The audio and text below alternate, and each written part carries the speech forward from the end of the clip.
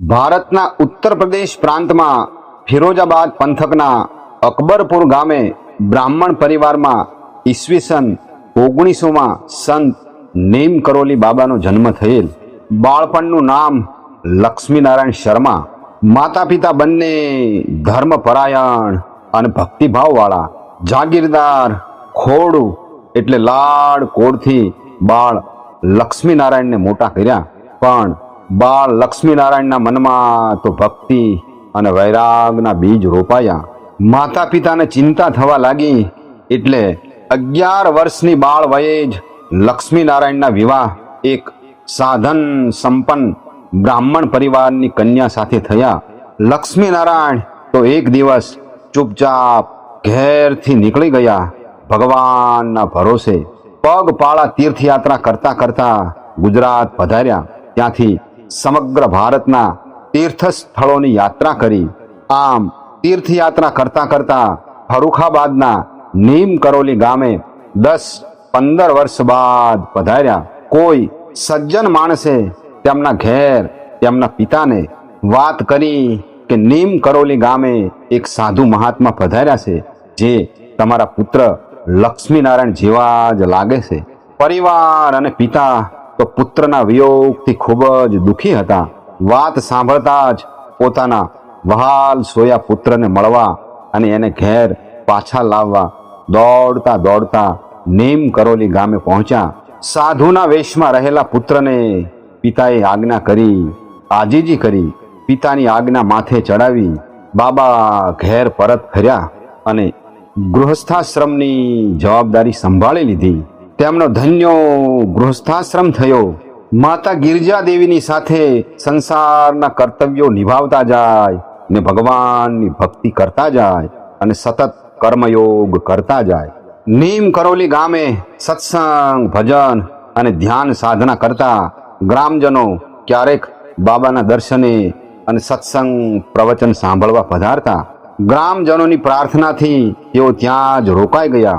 ત્યાં જ એક જમીનમાં ગુફા બનાવી, જ્યાં દિવસભર ધ્યાન સાધનામાં લીન રહેતા. થોડે દૂર એક હનુમાનજીના મંદિરનું નિર્માણ કર્યું અને હનુમાનજીની મૂર્તિની પ્રાણ પ્રતિષ્ઠા કરી. આમ નીમ કરોલી ગામે બાબા સૌ ગ્રામજનો અને યુવાનો સાથે હળીમળી ગયા. યુવાનો સાથે સંતા કુકડીની રમત રમતા રમતા તો જંગલમાં ક્યાંય પણ છુપાઈ જાય તો બાબા તરત એને શોધી લેતા. અને બાબા જ્યારે છુપાઈ જાય તો કોઈ એમને શોધી નહોતું શકતું. ક્યારેક તો એવું બનતું કે જે ઝાડ ઉપર ચડીને એઓ સંતાયા હોય તો એ બીજા ઝાડ ઉપરથી નીચે ઉતરતા. ગામમાં તળાવના પાણીમાં બાબા નહાવા પડે તો પાણીમાં ક્યારેક ગાયબ થઈ જતા અને કલાકો બાદ પાણીમાંથી બહાર નીકળતા. એક ગોપાલ નામનો યુવાન બાબાનો પરમ ભક્ત બની ગયો.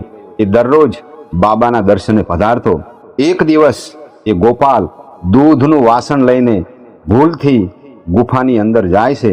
એણે જોયું તો બાબા ધ્યાન સાધનામાં લીન છે અને એમના શરીર પર મોટો સાપ મીટળાઈ ગયેલો છે. ગોપાલ ખૂબ જ ડરી ગયો અને ઝડપથી બહાર નીકળવા જાય છે. ત્યાં પગ લથડવાથી એ પડી ગયો અને દૂધનું વાસણ હાથમાંથી પડી ગયું.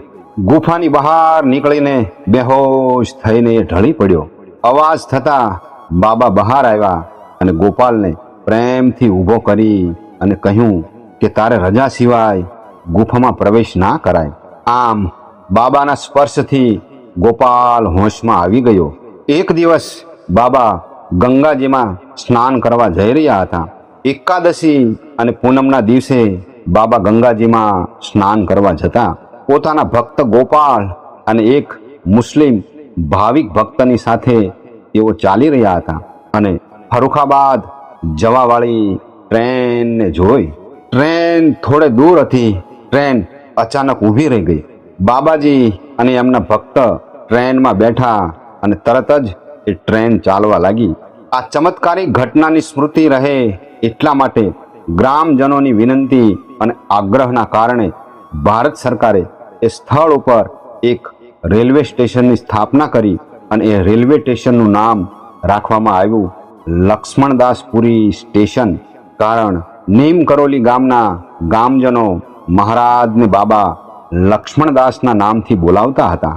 સર્વ ધર્મ, હિન્દુ, મુસ્લિમ, શીખ, ઈસાઈ અને સામાન્યમાં સામાન્ય માણસથી લઈ પોતપોતાના ક્ષેત્રના મહાન માનવો પણ સંત નીમ કરોલી મહારાજના દર્શને પધારતા. જેમાં ભારતના પૂર્વ રાષ્ટ્રપતિ ગિરી, પ્રસિદ્ધ ઉદ્યોગપતિ જુગલ કિશોર બિરલા, સુમિત્રાનંદન પંત, હાર્વર્ડ યુનિવર્સિટીના પ્રોફેસર રામદાસ, પ્રસિદ્ધ સંગીતકાર Jai Uttal, doctor Larry Brilliant, Steve Jobs અને દુનિયાની અનેક મોટી હસ્તીઓ બાબાના ભક્ત હતા. નીમ કરોલી ગામથી બાબા ફતેહગઢમાં ગંગા કિનારે થોડો ટાઈમ રહ્યા. ત્યાંથી ફરતા ફરતા બરેલી, અલમોડા, નૈનીતાલ, કાનપુર, વૃંદાવન, દિલ્હી, શિમલા, મદ્રાસ એમ સમગ્ર ભારત વર્ષની તીર્થયાત્રા કરી. એમ કહેવાય છે કે નૈનીતાલમાં બાબા જેના ઘેર જતા તે આખા વિસ્તારમાં અવર્ણનીય આનંદ છવાઈ જતો. એક લોકવાયકા અનુસાર નીમ કરોલી બાબાને સૌ હનુમાનજીના રૂપમાં માને છે. મહાન યોગી સિદ્ધ પુરુષ સંત નીમ કરોલી બાબાએ 1973ની 11મી સપ્ટેમ્બરે વૃંદાવનમાં મહાપ્રયાણ કર્યું અને મહાઆકાશમાં ભળી ગયા. ભારતના આધ્યાત્મિક ગુરુ સિદ્ધ યોગી સંત નીમ કરોલી બાબાને આજે આપણે ભાવથી વંદન કરીએ. ઉત્તરાખંડમાં નૈનીતાલમાં કેંચી ધામ મંદિરે નીમ કરોલી બાબાના આશીર્વાદ લેવા અને દર્શન કરવા આજે પણ દેશ વિદેશથી અનેક ભાવિક ભક્તો પધારે છે અને આધ્યાત્મિક શાંતિનો અનુભવ કરે છે.